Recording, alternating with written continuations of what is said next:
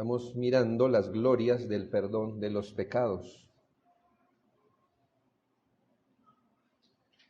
Siguiendo nuestro tema, habiendo considerado dos glorias del perdón de los pecados, primero, el valor del perdón y segundo, su alcance, seguiremos viendo más de sus glorias. Ahora quiero que consideremos, hermanos, en esta mañana, esta gloria, y es la continuación del perdón. La continuación del perdón. ¿No es acaso, hermanos, una gloria que el perdón de pecados sea un don permanente? Ahora, en este tema de la continuación del perdón, lo deseo ver desde dos perspectivas. Desde su continuidad como su duración. Así que con continuación quiero decir dos cosas. Que es continuo como que dura para siempre. Así que miremos lo primero. Su continuidad, su continuidad. En Romanos 2:5 se nos muestra una terrible verdad en el caso de los no creyentes. Dice, pero por tu dureza y por tu corazón no arrepentido, atesoras para ti mismo ira para el día de la ira y de la revelación del justo juicio de Dios. ¿Cuál es la terrible verdad, hermanos? Y es que en el caso de quienes tienen todavía un corazón duro y no arrepentido, esto es, no creyente, no justificado, no regenerado, dice que el pecador está atesorando ira. Y entienda bien esta palabra. Si entendemos bien, dice que el pecador está guardando, está acumulando, está haciendo reservas. ¿De qué? De ira por su pecado. Las que le serán devueltas, es decir, está haciendo un ahorro. Su vida, todos los días, él está haciendo un depósito. Está hablando como una metáfora. Cada pecado es un depósito que él hace. Este depósito se lo lleva al cielo. Y está haciendo un depósito, está acumulando, dices que está atesorando, como quien guarda en un cofre o como quien lleva al banco una consignación, está haciendo reservas, está acumulando ira, la cual le será devuelta efectivamente, porque en el, por así decirlo, banco celestial no se quedará con nada, y le será devuelto cuando, dice, el día de la revelación del justo juicio de Dios. Es decir, el día cuando el Señor vaya a dar a cada cual lo que o conforme a él ha vivido, ese día él recibirá entonces el pago de lo que ha venido acumulando. Y ya sabemos qué es, pues si atesoró para él ira, pues recibirá ira el día del justo juicio de Dios.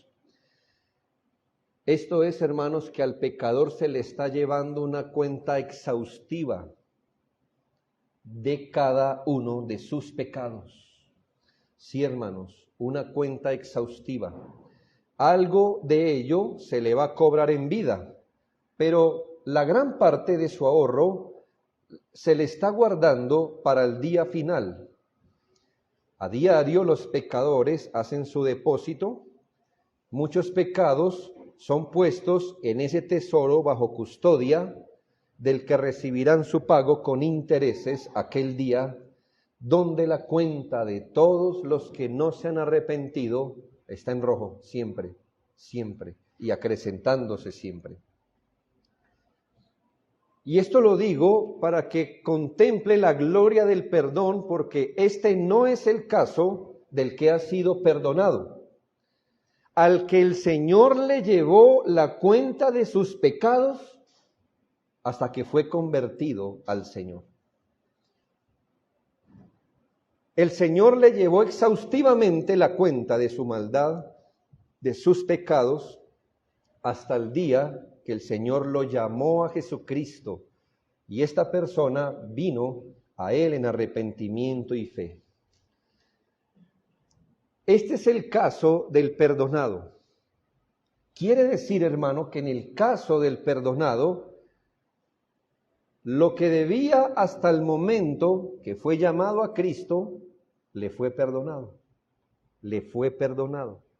Esa cuenta, ya de esa persona se puede decir que lo que tenía atesorado o guardado o consignado, ya le fue disuelto. En su cuenta ya no hay nada. También quiere decir, hermano, que hasta ese momento se le contaron sus pecados para acumulárselos. Quiere decir que esa cuenta ya está sellada, ya no hay nada. Esa cuenta ya está, sí, como en un banco, cuenta cancelada, no sé, ya no hay nada allí. Y hasta ese día se nos contó, se nos llevó cuenta exhaustiva de nuestros pecados para hacernos devuelto algún día. Considere que estando perdonados aún pecamos. Somos perdonados y diariamente volvemos a mancharnos. Pero Cristo ha pagado el pecado y nunca más los pecados serán acumulados. El perdón divino en Cristo es un suministro continuo. Es un suministro continuo para el pecador.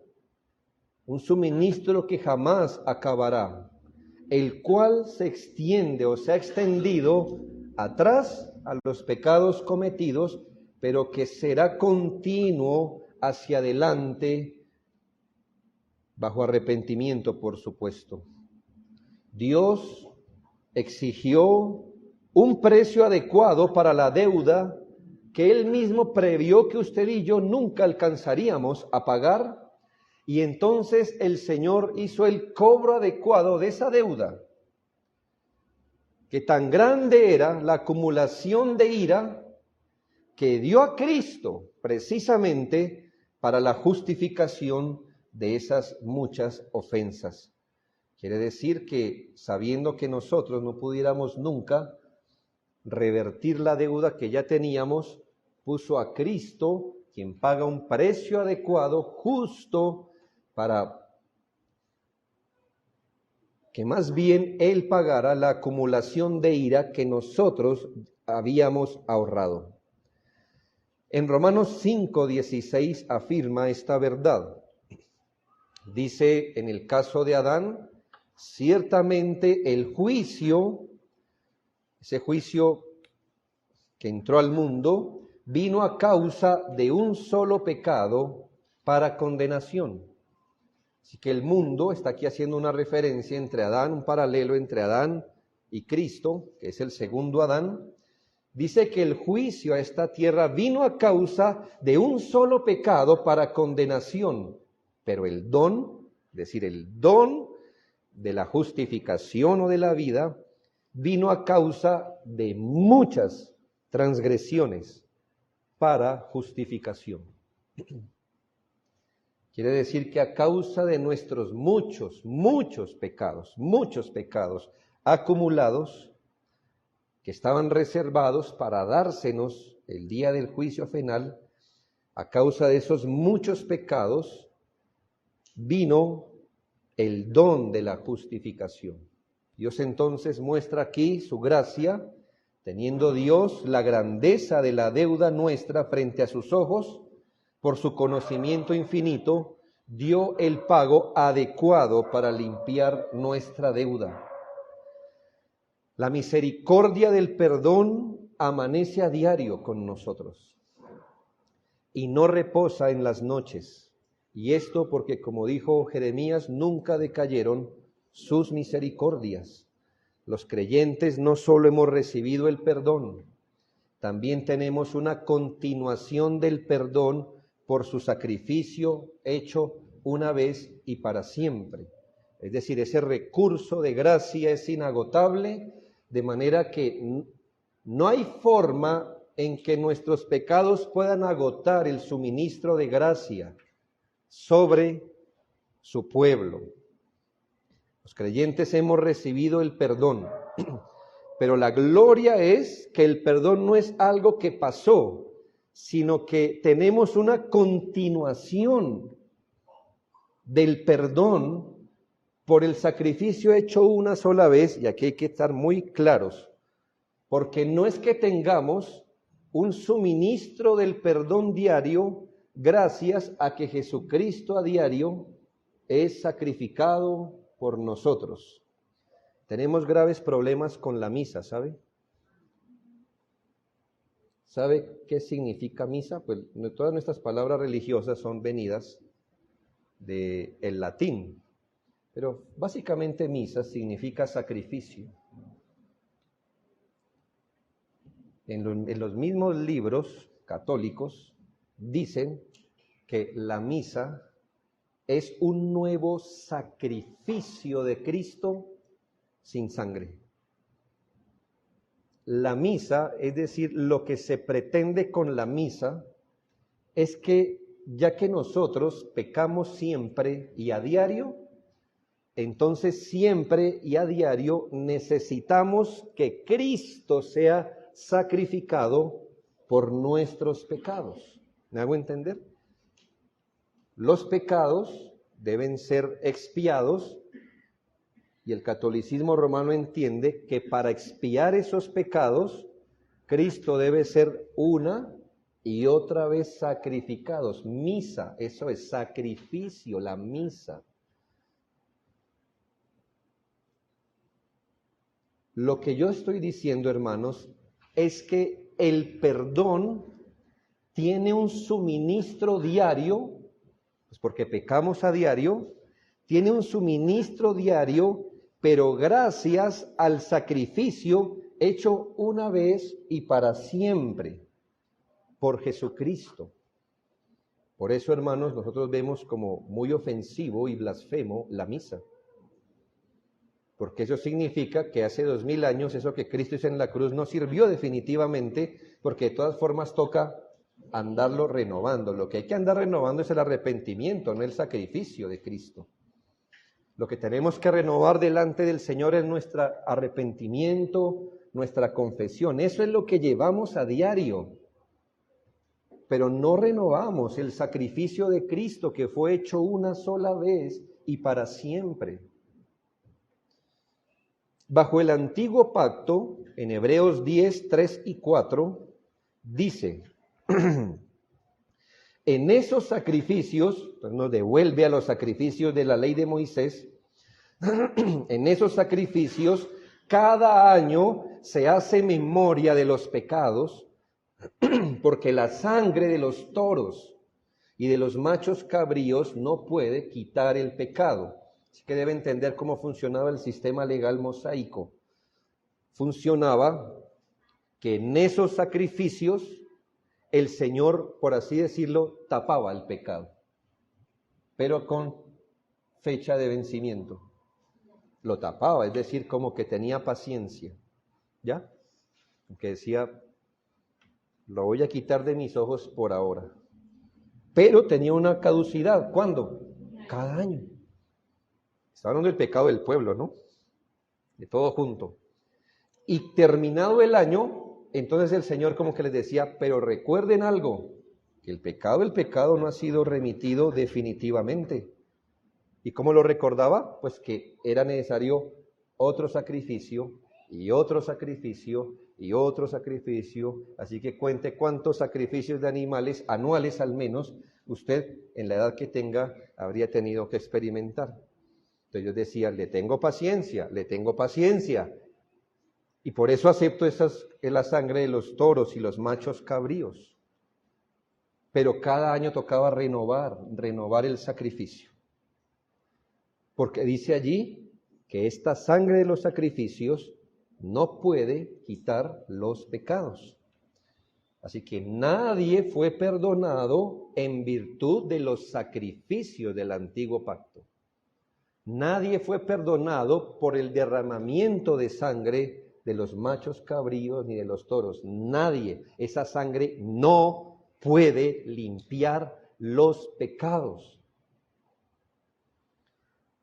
En el nuevo pacto, versículos 12 al 14, ahí mismo de Hebreos 10, dice, pero Cristo, habiendo ofrecido una vez para siempre un solo sacrificio por los pecados, se ha sentado a la diestra de Dios, de ahí en adelante esperando hasta que sus enemigos sean puestos por estrado de sus pies, porque con una sola ofrenda hizo perfectos para siempre a los santificados. Y esto indica, hermanos, la condición en la que hoy nos encontramos. Aquí no debe entenderse perfectos en el sentido de perfectos moralmente, porque todavía tenemos muchas cosas que llevar a la cruz de Cristo y reformar al pie de la cruz. Aquí perfecto significa en cuanto a qué deuda tenemos con la justicia de Dios. Ninguna. ¿Por qué? Porque Cristo ya pagó esa deuda, ya satisfizo la justicia de Dios, de tal forma que si la justicia nos llama a comparecer, nosotros podemos decir, no estoy debiendo nada. ¿Es que usted pagó? Pues yo no pagué, pero mi fiador pagó, que para el caso es lo mismo. Yo ya no debo nada allí. Eso en cuanto a su continuidad. Entonces quiero que usted entienda por qué el perdón de pecados es continuo. Porque Jesucristo hizo un sacrificio una vez y para siempre. Esa fuente está abierta. ¿Qué es lo que usted y yo hacemos a diario? Es ir a la fuente que ya está abierta. Renovar el arrepentimiento, renovar la confesión de pecados. Pero nosotros no tenemos ninguna potestad de renovar la misma fuente, porque esa ya está abierta, siempre está abierta, y esa es una gloria del perdón, hermanos, que es continua. Pero segundo, mire su duración. Estamos bajo el mismo encabezado, ¿no? Su duración. Y en esto quiero decir que no solo el perdón de pecados es una provisión continua, sino que durará para siempre. El perdonado debe descansar en el hecho que el pecado, una vez perdonado, jamás será destapado, vuelto a traer para juicio o recordado en el tribunal de la justicia divina. Esto es, hermanos, que los creyentes, los justificados, no debemos temer, Romanos 2:5, que estemos acumulando ira, y que el día del juicio el Señor diga, vamos a hablar de sus pecados. Que no debe temer eso si está justificado por la fe en Jesucristo. No debe temerlo, hermanos, no debe temerlo. Porque precisamente eso fue lo que se arregló. Entonces no tema que haya algún pecado que diga, espero que usted se arrepienta de todos sus pecados. Eso estoy dando por sentado, eso. Estoy dando por sentado que usted no va a abandonar este mundo sin haber confesado al menos todo pecado conocido. ¿Me hago entender? Que usted no está abrazando algún pecado, engañándose, que usted puede ocultar un pecado a Dios y no confesarlo.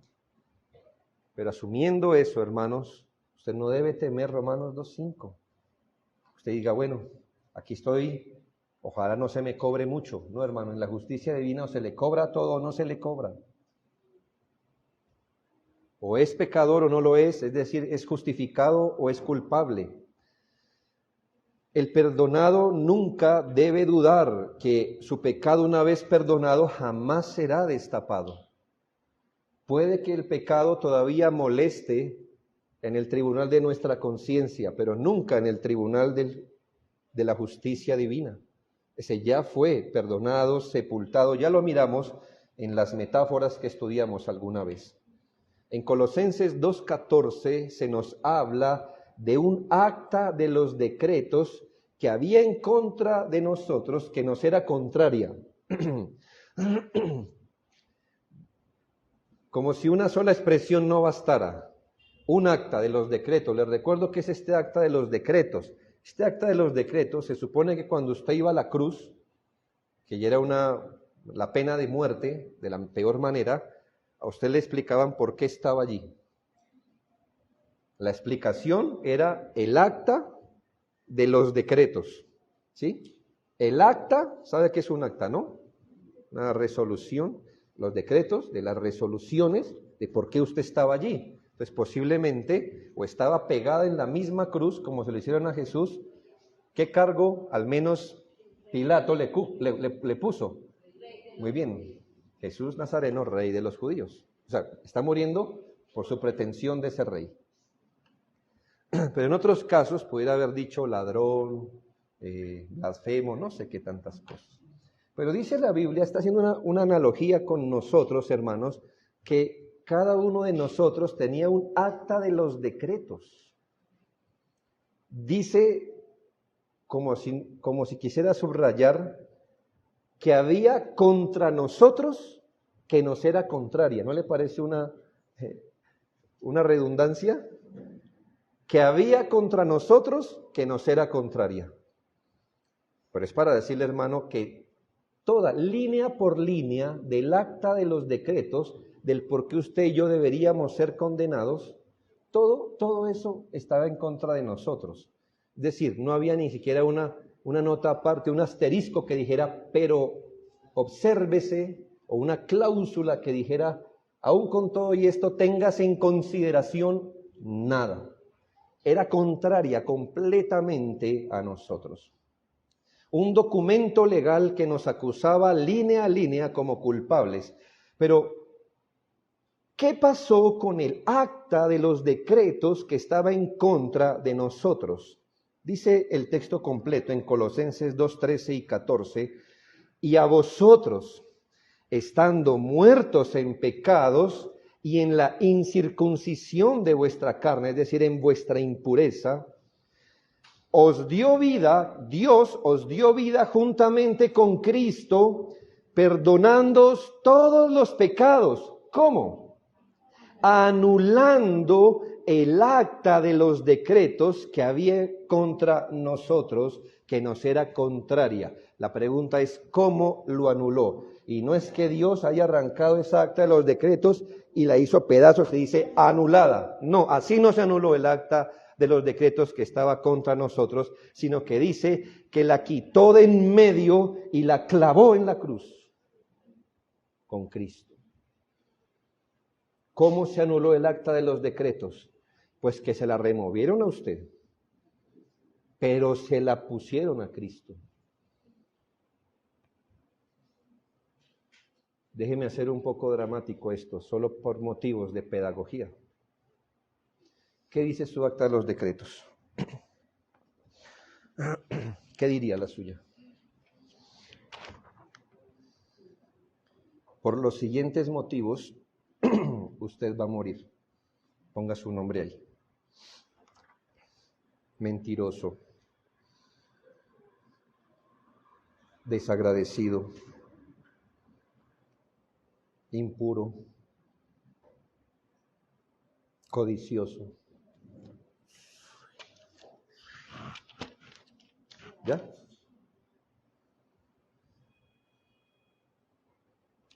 Esa acta fue quitada de usted y cuando Cristo estuvo en la cruz, se le dijo, por mentiroso,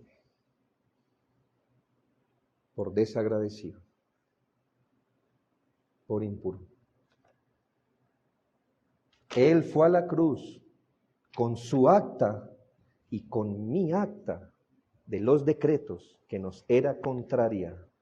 Y dice la Biblia que el Señor la clavó en la cruz. ¿Dónde la clavó? En el pecho de Cristo la clavó. Clavada en la cruz sobre el pecho de Cristo, jamás será traída nuevamente para clavarla sobre nuestro pecho. Ya fue ajusticiada, ya fue clavada, ya fue quitada de en medio y ya no nos será traída para que nosotros paguemos por ella. El único recuerdo que usted y yo tendremos de esa acta, escúchelo, el único recuerdo que usted y yo tenemos de esa acta es que fue quitada de en medio y clavada en la cruz. Aun si el infierno nos preguntara, No me diga que usted es, como nos dicen algunos no creyentes. Entonces usted es el santo, el que nunca ha pecado, el más puro. ¿Sabe yo qué diría? ¿Dónde está su historial pecaminoso? Yo diría, clavada en la cruz. Allá quedó clavada. ¿Ya quiere ver? Vaya a la cruz y mire todo lo que fue clavado allí. Ya no lo busque en mí, es decir, penalmente, judicialmente, no lo busque en mí, no está en mí. Fue clavada en la cruz. Hermanos, y un acta anulada jamás vuelve a ser tenida en cuenta, y esto es la gloria de la duración del perdón de pecados. Cristo, habiendo hecho satisfacción a la justicia divina, habiendo remitido todos nuestros pecados, esto es para siempre. Claro, hermanos, estoy dando por sentado que los hijos de Dios, aun los pecados actuales, nos arrepentimos, confesados, jamás serán contados para siempre. Considere, hermano, que en la cruz el Señor pidió perdón para sus enemigos. Si dijo de sus enemigos, Padre, perdónalos. Y si hoy día continúa ofreciéndole perdón a sus enemigos, ¿no estará Dios dispuesto a perdonar a los arrepentidos? Si clamó por el perdón de sus enemigos, ¿por qué retendría el perdón a sus hijos, a sus amigos? ¿Le negará el perdón a los que le aman y se arrepienten? No, hermanos, si aún pidió perdón por el que no estaba arrepentido, imagínese, hermano, cómo no extenderá el perdón al que se arrepiente. ¿No dice la Escritura que nos perdonó cuando éramos sus enemigos y ahora nos negará el perdón siendo sus amigos? No lo retendrá, no retendrá el perdón. Esa es una gloria del perdón. Ahora, no es que alguien deba pensar que debido a que el perdón tiene toda la duración, tiene libertad para pecar y con algún arrepentimiento trivial es restaurado al favor de Dios. No, de ninguna manera. Pero lo que quiero señalar es que el principio dice esto: donde Cristo es la justicia de un individuo, también es su santificación. ¿Ya? Donde Cristo vino a ser la justicia de un individuo, también será su santificación. ¿Dónde leímos eso? Lo leímos públicamente, ¿no? Cristo no solamente es nuestra redención, Cristo también es nuestra santificación. Por eso nadie puede decir, recibo el beneficio de la redención, aunque la santificación no tenga que ver conmigo. No funciona así. Tanto el mérito de Cristo, perdonando, como su Espíritu, santificando, van juntos. Una nueva naturaleza y un nuevo estado son concomitantes, es decir, coinciden, van juntos. El que peca, sobre la presunción de que el gran sacrificio fue hecho en él y por eso tiene libertad de pecar, nunca tuvo parte en este asunto. Pero hermanos, considere esta brillantez de esta joya, su continuidad. Es continuo, diario y es para siempre. Cuarto, considere la gloria de la calidad del perdón de pecados. La gloria de la calidad del perdón de pecados. En algunos contratos, digo en todos, se le enseña, y por favor hágalo, que debe leerlo todo, sobre todo la letra pequeña. Hemos aprendido que la letra pequeña es el verdadero contrato. Apréndase eso. La letra pequeña es el verdadero contrato. Así que por su bien, sí, lea lo grande, pero sobre todo lea lo pequeño, que es donde están las cláusulas que usted debe entender. ¿Sí se ha fijado? ¿Cómo es? Usted resulta pagando algo, pero ¿y eso? Yo no firmé eso. Oh, sí que lo firmó, lea. Porque en la letra pequeña Es donde está el contrato.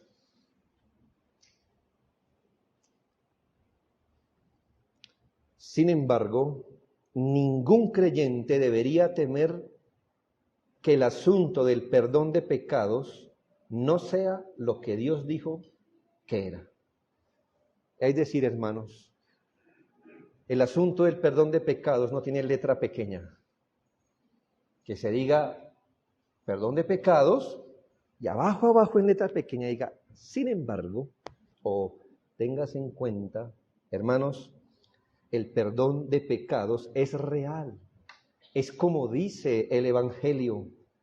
No se dice nada, por ejemplo, de si el pecado es grande o no. Ya le he comprobado, pecado grande o pequeño. El Señor lo perdona. Ni siquiera se dice que usted es perdonado si su arrepentimiento es tan grande como su pecado. Vamos a suponer cuántas lágrimas tendría que derramar David llorando el muerto que mató. Una piscina no le alcanza, hermano, a reponer esto. Pero nunca se dice que el arrepentimiento debe ser tan grande como el pecado. Dice que debe haber arrepentimiento por el pecado, y eso es lo que hay, hermanos. En este episodio típico, entiéndase tipológico, de las serpientes en el desierto, no se dice el asunto como si su herida es grande, mire 2 veces. No, hermanos. O si es pequeña, mire con un ojo. Hermanos, ¿cuál era el punto? ¿Era herido? ¿Era grande o pequeño? Mire a la serpiente de bronce izada y reciba la sanidad. No se dice nada de ni siquiera si había una mirada tan débil o que si usted debería mirar con resolución. Hermano, era mirar a la serpiente y había sanidad. La comisión que Cristo dio a sus discípulos fue la de predicar el Evangelio a toda criatura, y eso nos da esperanza, porque no se les dijo a toda criatura más o menos buena, mala, conveniente, no, a toda criatura, tanto al peor individuo como al mejor.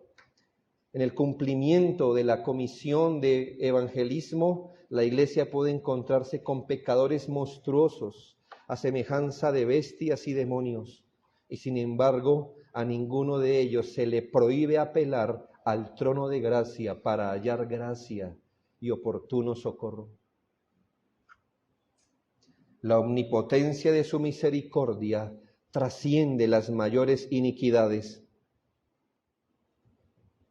tanto como las prevenciones más superficiales que pueda tener un pecador. Esto significa, hermanos, que el poder de Dios puede cubrir la mayor iniquidad, así como aquel que no viene a Cristo por esas pequeñas prevenciones. La gracia de Dios obra igualmente. Ningún pecado está exceptuado salvo la blasfemia contra el Espíritu Santo, porque no está de acuerdo con el honor de Dios perdonar a aquellos que intencionalmente desprecian los medios y consideran que el Redentor no es mejor que un impostor. Dejando esto aparte, la infinita gracia de Dios disuelve las más grandes y espesas nubes de pecado, así como las más pequeñas neblinas de éste. ¿Ha notado la gloria del perdón?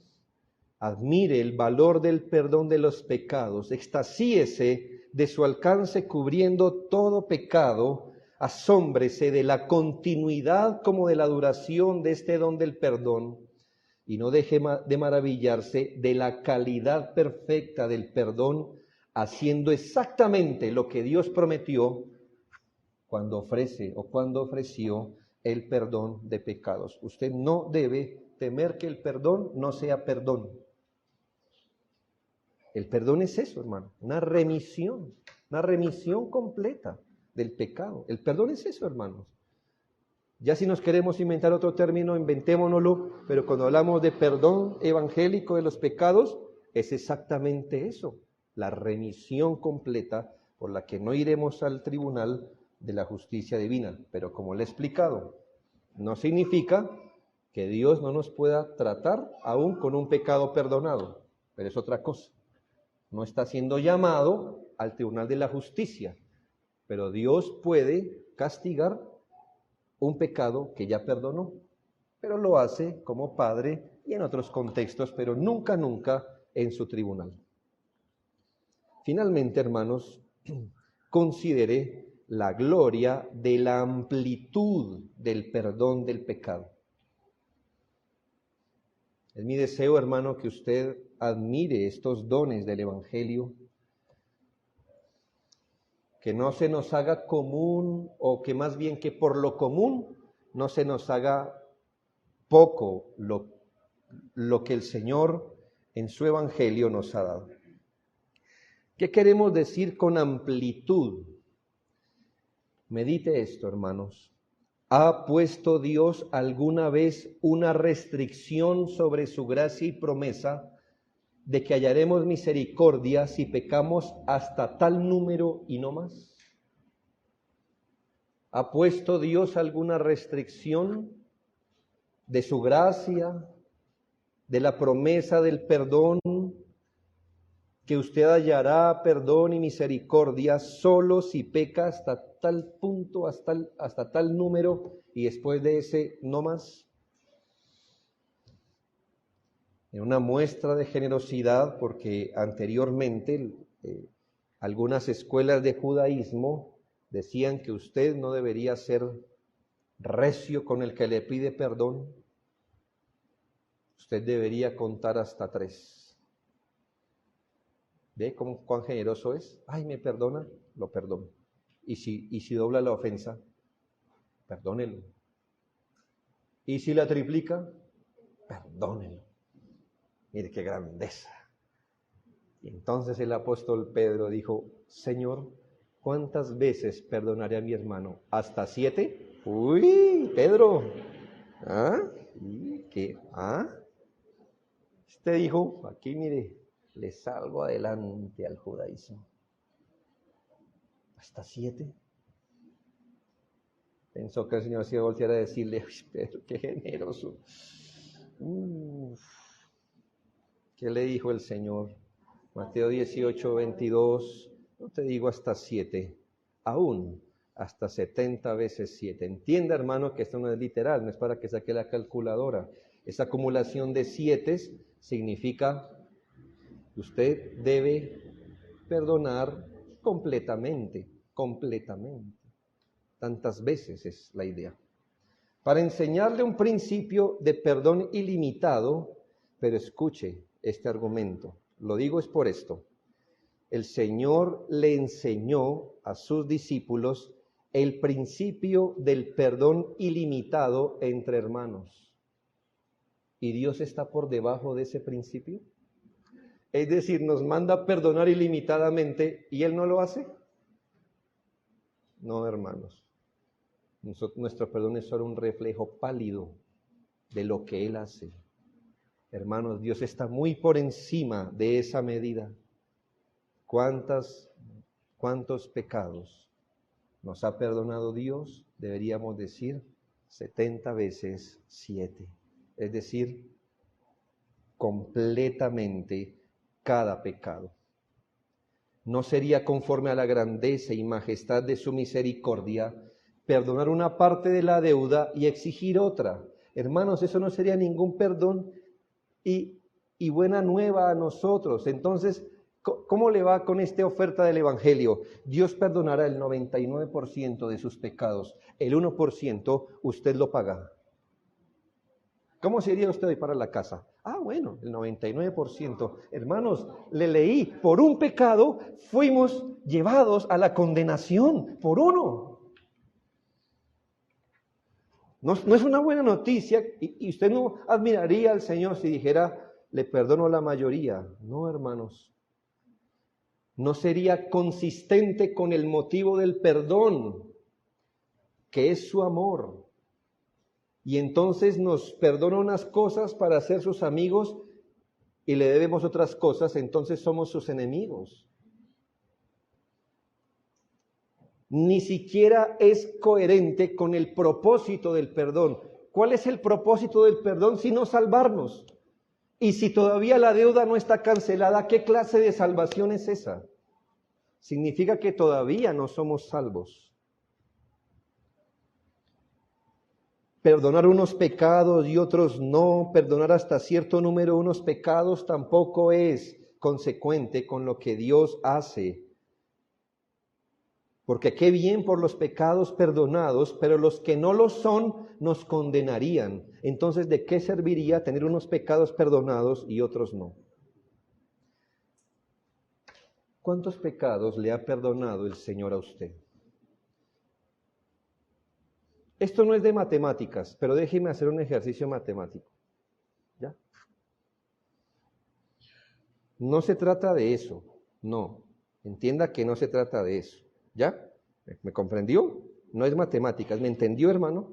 Porque a veces usted se me pega de los ejemplos y me hace teología de mis ilustraciones en lugar de la Biblia. No se trata de eso, pero considere.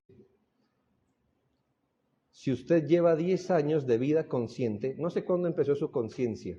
A algunos la conciencia les llegó a los 5, a los 6, a los 7, otros para los 21, no sé.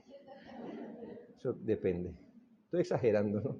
Conciencia es cuando usted empieza a entender lo que hace, a hallar el sentido de las cosas. Y esto viene. Vamos a suponer que usted tiene hoy 10 años de vida consciente, lo que quiere decir que usted tiene entre 15 y 18 años. ¿Sí? Si tuviera 10 años de vida consciente. Sin contar los pecados de los 5 o los 8 años hacia atrás, porque esos también son pecados, como lo leímos, pero sin contarlos, te lleva 10 años de vida consciente. Si ha cometido un pecado diario, ¿cuántos tiene hoy día? 3.650. Si ha pecado una vez y tiene tan solo 15 o 18 años. ¿Pero pecamos una sola vez al día? No. Así que si ha pecado 2 veces al día, el resultado es el doble. Pero si usted ha pecado 3 veces al día, usted llevaría en 10 años de conciencia 11.000 pecados. 11.000 pecados en 10 años de vida consciente, para que cuando mire a su hijo cuente, solo se desea una impresión, porque algunos piensan que su hijo hasta los 18 empieza a pecar. ¿Cuántos pecados lleva? Ahora, ¿cuántos años ha vivido? Muy seguramente más de 10 años de vida consciente. Hermanos, ¿cuántos pecados nos ha perdonado el Señor? Está bien, no cuente los de antes de Cristo, cuente desde los días que creyó. Borre los de antes, bórrelos, no los cuente. Cuente desde que usted se confesó un creyente, desde que usted inició, sabe que una obra de gracia fue hecha en su corazón. ¿Cuánto lleva? ¿5, 10, 15, 20, 25? La contabilidad explota nuestra cabeza, porque hermanos, ¿cuántas veces usted ha perdonado a otro? A la persona más cerca a usted, su cónyuge, ¿100? No, hermanos, ni 100 veces hemos perdonado. Nuestros pecados son miles y miles en el trono de la gracia. Es una ilustración imperfecta, porque no quiero que usted haga esa cuenta. Lo que deseo es resaltar la intensidad, la generosidad y la amplitud del poder perdonador de Dios. ¿Cuántos pecados, hermanos? ¿Cuántos pecados? Proverbios 19:11 dice que es honra del hombre pasar por alto la ofensa. Así que es un honor para el hombre perdonar. ¿Por qué? Porque perdonar muestra un principio de carácter noble. Si es gloria pasar por alto una ofensa,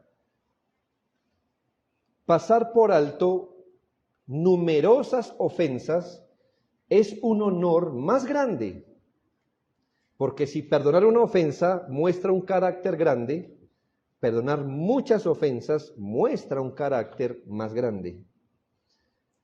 Y entonces, hermanos, qué honra tiene el Señor de remitir montañas y montones de nuestros pecados. Qué tan grande y generoso es su carácter. No solo de sus pecados, ya le comprobé que en poco tiempo suman miles, sino en perdonar los pecados de todo su pueblo, desde Adán hasta el último que venga al mundo. ¿Cuánto suma eso? ¿Cuántos son, hermanos? Son como la arena del mar. Todo eso que Cristo pudo pagar en la cruz con un solo sacrificio. Y esto es lo que hacemos referencia en que considere la amplitud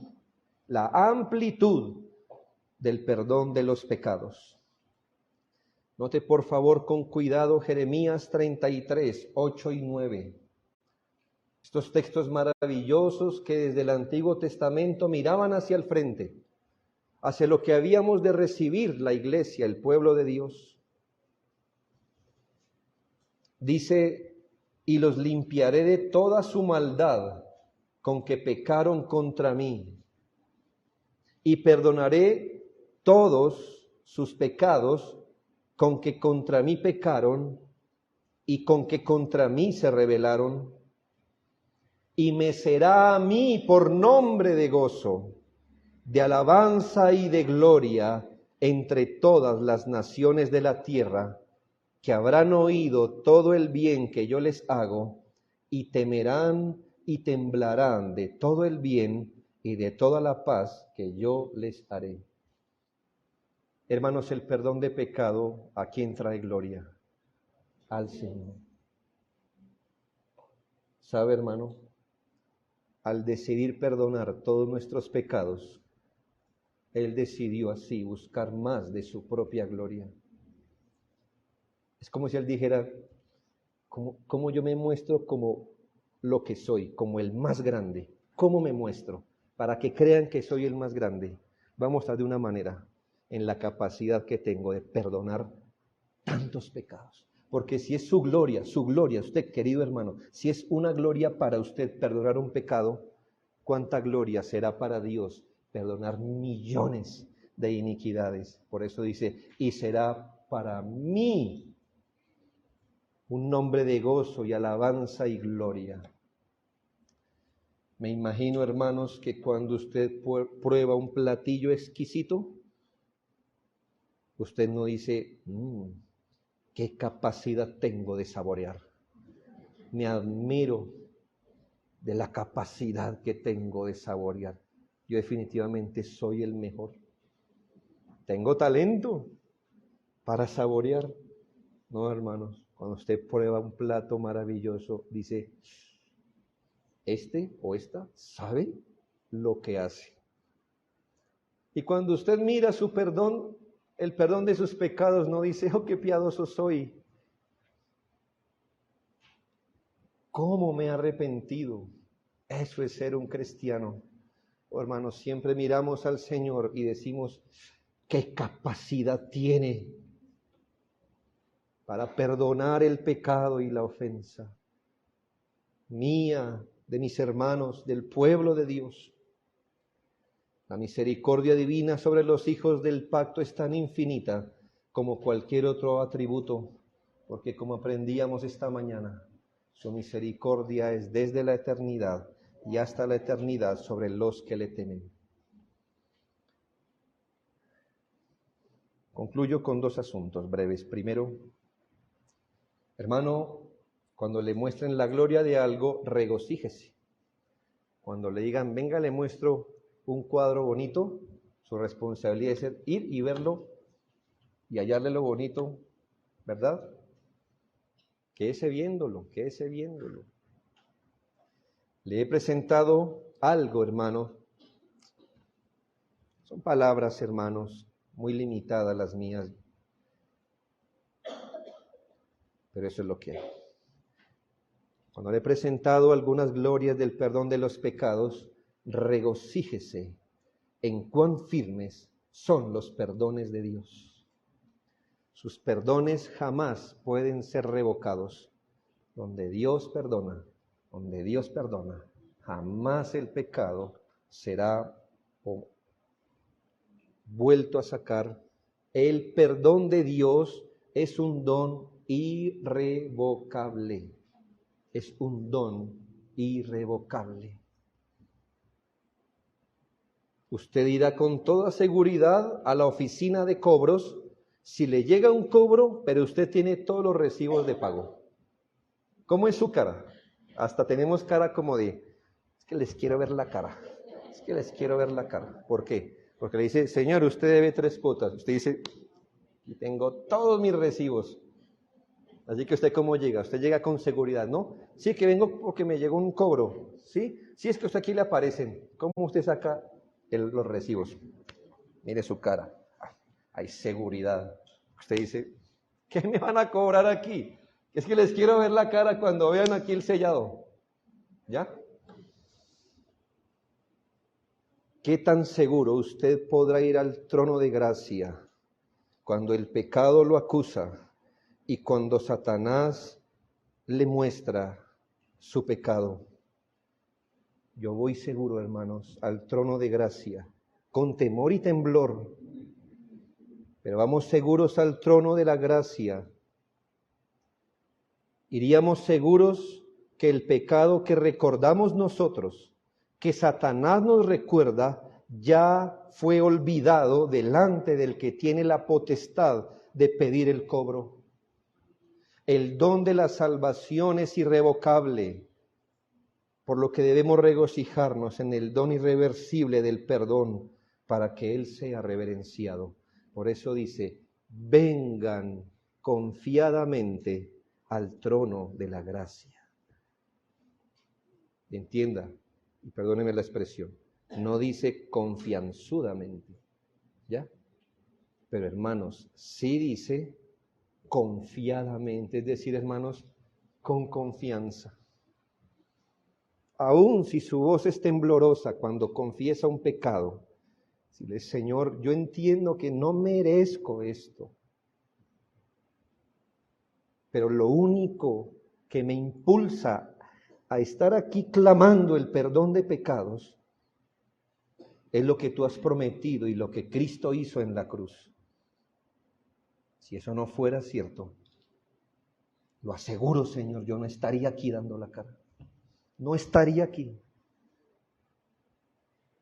No encuentro nada en mí, tengo vergüenza, he vuelto a pecar. Pero ¿por qué estoy aquí pidiendo perdón? En la confianza de lo que el Señor hizo. Regocíjese en cuán firmes son sus perdones. Segundo, admire cuán dispuesto está Dios a perdonar. El Salmo 86:5 dice, porque tú, Señor, eres bueno y perdonador y grande en misericordia para todos los que te invocan. Mire, hermanos, el hombre que perdona a veces debe ser importunado y apremiado para que lo haga. Y sí, hermanos, así es la ley entre los hombres. Usted me pega un pisotón, hermano, y enseguida me dice, perdón, hermano, espere que me pase, ¿ya? Porque mientras tenga el pisotón aquí, espere, o sea, vuelva, insista, ¿verdad? Y ya cuando yo ya pueda pisar, usted me dice, pero no me perdona. Mi hermano, está bien. Y todavía usted me ve coger y de pronto usted dice, sin embargo voy a ir otra vez. Porque cada vez que él pisa me va a estar recordando. No, no es así. Así. Y a veces nuestros hijos, me perdona papá, sí, está bien. Pero nos ven todavía con el ceño fruncido un poco.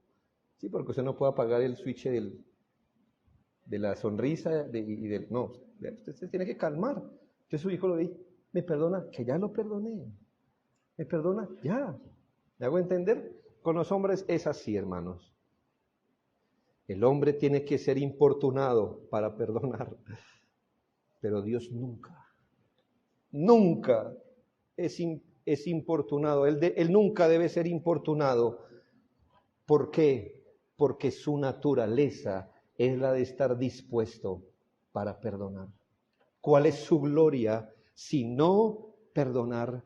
En Isaías 26:21 dice que Él sale de su lugar para castigar al morador de la tierra.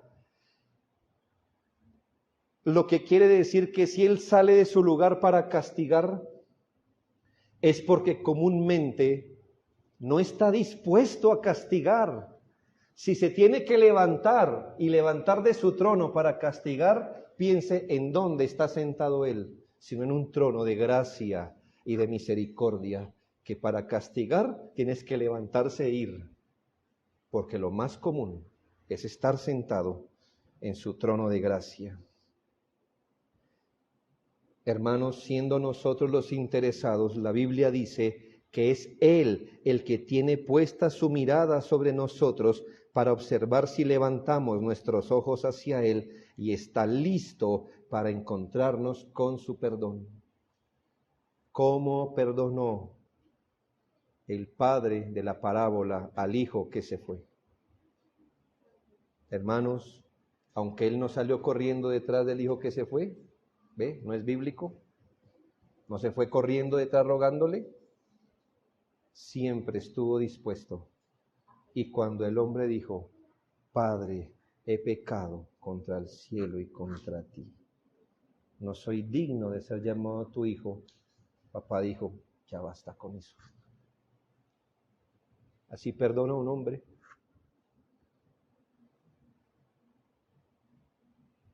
¿Cómo perdona a Dios?